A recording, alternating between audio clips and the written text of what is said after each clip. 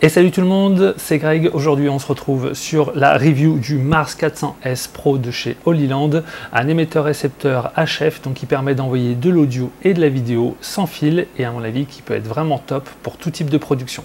On se retrouve après le générique.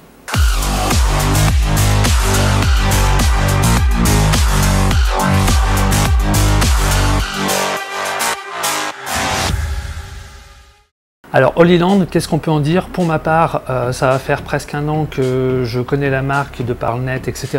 C'est vrai que depuis pas mal de temps, je me posais la question pour gagner du temps au niveau du câblage sur les prestations, version un petit peu sans fil. On clipse et ça s'appaire, on peut filmer en direct sur du multi sans être trop emmerdé par des tonnes et des tonnes de câblage. Surtout que si on devait avoir un opérateur type dans une fosse sur un concert ou sur un meeting ou n'importe quoi, quelqu'un qui puisse se déplacer, qui ne soit pas dépendant toujours d'un câble de transfert, de liaison à la régie et qui puisse être le plus mobile possible. Pour l'instant, le Mars 400S Pro, il remplit vraiment les conditions que nous, on cherche sur nos types de prestations.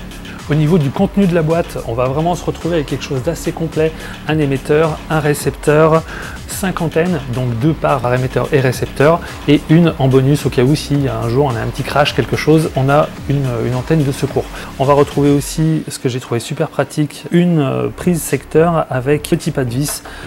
On est parti sur la version Pro du 400S. Pourquoi? Parce que tout simplement, il y a la prise SDI. Au niveau de l'utilisation et de l'appairage, c'est ultra simple. Gagner du temps en prestation, c'est super important.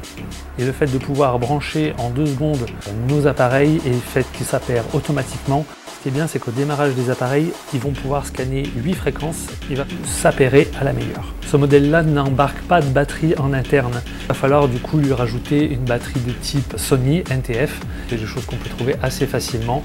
Donc pour éviter tout souci sur des prestages, je vous conseille de prendre toujours des batteries de longue durée. C'est un appareil, quand on a dans les mains, voilà, on sent que c'est quand même qualitatif au niveau des matériaux.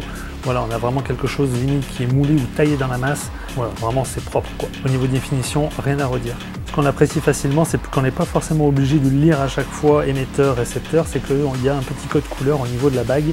Voilà, rouge ou bleu suivant ce qu'on veut faire. Ce que nous on a apprécié, c'est déjà le fait qu'on ne perde pas la transmission sur déjà plus de 100 mètres et la faible latence qui est de 0,08 millisecondes. Ce qui peut être embêtant, c'est pour les personnes qui travaillent dans le cinéma avec une personne qui est dédiée au point avec Follow Focus qui permettra de faire le point directement sur ses plans et 0,8 millisecondes peut être dérangeant d'être toujours un petit peu à côté et d'avoir cette faible latence. À l'intérieur, on retrouve un menu déroulant où on va pouvoir donner des priorités au niveau de la qualité, un mode équilibré, un mode vitesse, qui nous permettra de voir suivant la réception et l'émission de ce qu'on a besoin. Ce qui est appréciable aussi, c'est la partie ventilation. On a un ventilateur intégré qui permettra, en cas de surchauffe, de pouvoir se déclencher. Pour l'instant, j'ai jamais eu de chauffe importante. Ça restait vraiment très correct, même sur l'utilisation un peu plus longue. Et le ventilateur n'a eu aucun effet du coup sur un ronronnement à l'intérieur du micro de la caméra ou de l'appareil photo. C'est un petit plus et c'est toujours appréciable. Il y a une application qui vous permettra d'avoir la possibilité d'appairer encore 3 appareils en sans fil, soit de la tablette, soit du téléphone.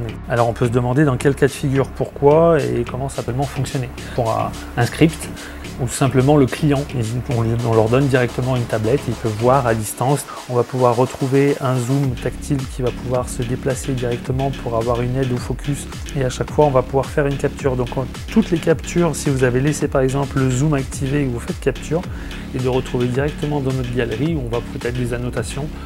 Vu qu'on a un émetteur et un récepteur, on n'est pas obligé de rester sur des configurations type une caméra mobile et un récepteur au niveau de la régie, mais tout simplement peut-être de changer un petit peu tout ça et de mettre du coup l'émetteur au niveau de la sortie master et d'envoyer sur que ce soit du vidéo proche, sur de l'écran géant ou n'importe quoi.